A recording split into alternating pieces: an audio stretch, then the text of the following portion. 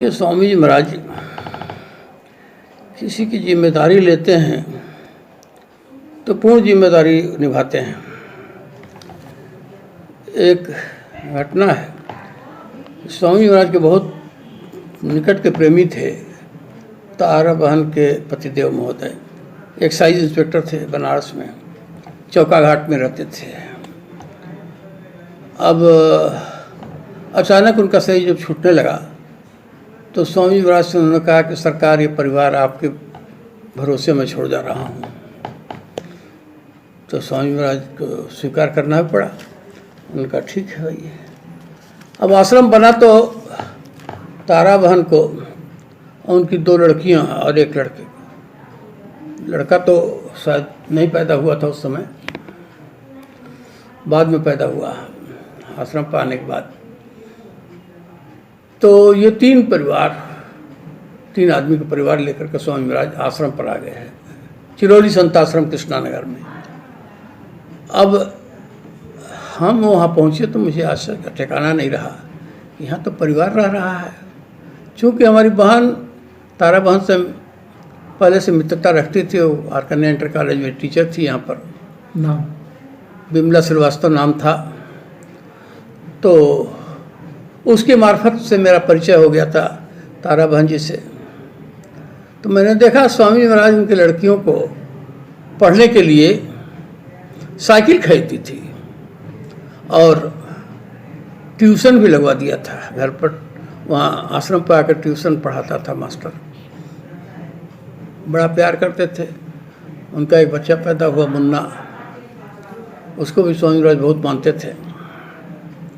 कहने का मतलब यह है कि जिस तरह से जो जिम्मेदारी उनके पति महोदय सौंप गए थे, वो जिम्मेदारी स्वामी महाराज ने पूर्णतया ओढ़ लिया और बिल्कुल गृहस्थ के तरह से। बल्कि बाद में हमने देखा कि वाल्मीकि तिवारी से इस बात पर झगड़ा भी हो गया कि आप उनको ले जाते हैं, सत्संग में बड़ी बदनामी होती है। तो स्वामी महाराज ने कहा तुम जानते नहीं हो, माया को निकाल दोगे तब तुमको इतना तंग करेगी कि ये सत्संग नहीं चलने देगा, इसलिए माया को साथ लेके चलना है। खैर, अब स्वामी महाराज, उनकी बड़ी लड़की उषा बड़ी हो गई, उसकी शादी ढूंढी जाने लगी और छोटी किरण उसका नाम था, वो पढ़ती रही अभी। और मुन्ना चला गया एयरफोर्स में, छोटा लड़का, वो अधिकारी बन गया, वहाँ पायलट अफसर बन गया, उसके बाद वो ग्रुप कैप्टन वगैरह बन गया। तो जब शादी उसकी तय हुई तो ढूंढते रहे। तो पहले तो शादी मुझसे लगी, लोगों ने कहा कि आप ही शादी कर दीजिए। हमने कहा ठीक है, लेकिन हमें तो जांचना पड़ेगा, मालूम हुआ क्या डेट ऑफ बर्थ है। तो मालूम हुआ कि लड़की हमसे 2 साल बड़ी है। तो हमने कहा यह उचित नहीं रहेगा। खैर, स्वामी महाराज इसके बीच में नहीं पड़ रहे थे, वो खुद ही ढूंढ रही थी। तो एक सत्संगी थे राम खिलावन सिंह जौनपुर के, उनसे शादी तय हुआ। अब शादी कैसे निर्वहन किया स्वामी महाराज ने, उसकी घटना हम आपको संक्षेप में बयान करते हैं। साथ में उस समय CID पांडे जी, राम सज्जन पांडे, हम लोग के साथ में थे। स्वामी महाराज ने कहा, स्वामी महाराज से कहा कि सरकार आज समधी आप बन गए हैं। बोले हाँ। बोले सरकार आज तो आपको समधी का सब रस्म निभाना पड़ेगा। बोले भाई हम कहाँ भाग रहे हैं। उसके बाद CID पांडे ने कहा कि सरकार पहले तो शुभ होगा कि आप पान खा लें। बोले अच्छा। बोले नहीं, ये करना पड़ता है समधी को। तो बोले अच्छा ठीक है, ताराबंद से कह दो कि पान लगा के देते जिसमें चूना न हो और सुपारी न हो। खैर, ताराबंद से बनवा करके पान ले आए और स्वामी जी महाराज फोल्डिंग चेयर पर बैठे हुए थे बाहर फील्ड में। स्वामी महाराज को पान दे दिया गया, सरकार खाइए। और स्वामी महाराज को सुपारी बहुत चढ़ती थी, तो सुपारी था नहीं उसमें, लेकिन कुछ और पड़ा था, सौंफ वगैरह। जैसे चक्कर आया उनको और उन्होंने तुरंत पान की पीक थूक दिया जमीन पर। बोले ठीक है, तुम्हारी वाली हो गई ना। हमको सीआरडी पांडे ने आंख से इशारा किया, अरे इसको उठा लो, खोद लो। हमने एक लकड़ी बगल में देखी, लकड़ी उठा करके ज़मीन से वो मिट्टी खोद दी जहाँ पर स्वामी महाराज ने पान थूका था, और कागज़ में उठा लिया उसको। तो स्वामी महाराज ने कहा, अब समझा कि तुम क्यों पान खिलाए हो, तुम्हारा क्या मकसद था। कहा नहीं सरकार, आज के दिन शुभ होता है पान खाना। बोले अच्छा ठीक है। तो सीआरडी पांडे ने कहा कि आज आपको पैर भी रंगवाना पड़ेगा। तो स्वामी महाराज ने कहा, जो जो कहोगे सब करेंगे। अच्छा भाई ठीक है। पैर भी रंगवाने के लिए बुला दिया, उन्होंने पैर रंगा गया। अब द्वार पूजा का समय आया। द्वार पूजा के पहले पंडित जी जो थे, दादा गुरु के सुपुत्र महोदय, वो द्वार पूजा कराने के लिए तैयार थे। रात को 12 बज गया, तब तक बारात नहीं आई थी। तो स्वामी महाराज ने हमसे पूछा, बच्चों क्या बज रहा है?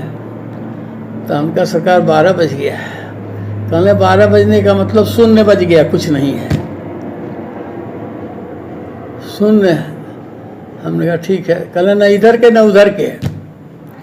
हमने अच्छी बात है। कौन बारात ला रहा है? तो मालूम है मिश्रा जी ला रहे हैं। अरे मिश्रा हमारे साथ इतना का यात्रा किया और जौनपुर से कितने बार आया और गया, उसको रास्ता भूल गया, मालूम हुआ कि रास्ता भूल गया, बारात लेकर के भटक गया। जौनपुर से यहाँ तक नहीं आ सकता था, रास्ते में रास्ता भटक गया, इसलिए देर हो गई। खैर मालूम हुआ कि बारात आ गई है, तैयार हो रही है। अब यह हुआ कि मुहूर्त दूसरे तिथि में है और मुहूर्त एक दिन पहले का था। स्वामी महाराज ने पंडित से पूछा, पंडित जी क्या? कहना सब ठीक है, सब मुहूर्त स्वीकार है। अच्छा ठीक है। अब स्वामी जी महाराज द्वार पूजा पर एक पीढ़ा पर बैठे जिस पर सनमाइका लगा हुआ था, और सामने दूल्हा आकर के बैठा। तो सब मंत्र उत्र पढ़ने के बाद पंडित जी ने कहा कि अब ससुर जी यानी स्वामी जी नौसे का दूल्हे का पैर धुलेंगे। तो सीआरडी पांडे ने कहा ऐसा नहीं हो सकता है, स्वामी महाराज उनका पैर नहीं धुलेंगे, वो पैर धुलेगा स्वामी जी महाराज का। बोले नहीं भाई, रीत तो यही है कि जो लड़की का बाप बनता है होता है वही पैर उसका धुलता है। तो स्वामी महाराज ने कहा इसमें हर्ज क्या है भाई, हम धो देंगे। अब स्वामी महाराज अड़ गए कि नहीं, हम करेंगे उसी तरह से, प्रथा से। अब सीआरडी पांडे ने कहा नहीं सरकार, आपका पैर वो धुलेगा। कहना अरे भाई करने दो, जैसी प्रथा है। अब सीआरडी पांडे ठीक स्वामी महाराज के पीछे खड़े हो गए, और जैसे ही पानी उन्होंने दिया स्वामी महाराज के हाथ में पंडित जी ने, तैसे ही पांडे जी ने पीढ़ा सहित स्वामी महाराज को उठा लिया। पीढ़ा सहित स्वामी महाराज को उठा लिया और पीछे लेके भाग गए। बोले ऐसा नहीं हो सकता है पंडित जी, आप उससे पैर धुलवाइए, तब तो द्वार पूजा होगा, नहीं तो नहीं होगा। बोले अच्छा भाई तुम कह रहे हो तो उससे भी धुलवा देते हैं। नतीजा यही हुआ कि बोले हम तभी स्वामी जी महाराज को उतारेंगे कि जब वो पैर धोने के लिए तैयार हो जाएगा। ठीक है। स्वामी महाराज फिर आकर के उसी पीढ़े पर बैठे वहाँ पर, और राम खिलावन सिंह ने पैर स्वामी महाराज का छुआ और धुला, क्योंकि स्वामी महाराज मोजा वोजा तो पहनते नहीं थे, खड़ाऊ पहनते थे। उसके बाद ये द्वार पूजा संपन्न हुआ। बोले भाई आज तो उल्टी विधि चल गई। बोले नहीं, सही विधि चल गई। सीआरडी पांडे ने कहा ठीक है। अब इसके बाद अंदर कार्यक्रम जो होना था, बोले उसमें भी कन्यादान आपको करना पड़ेगा। तो बोले भाई ठीक है, जो जो कहोगे सब करेंगे। बोले नहीं, आप समधी बने हैं तो कन्यादान अभी आप ही करेंगे। अब स्वामी महाराज को जो जिम्मेदारी वो एक्साइज इंस्पेक्टर महोदय दे गए थे, उसको बखूबी नहीं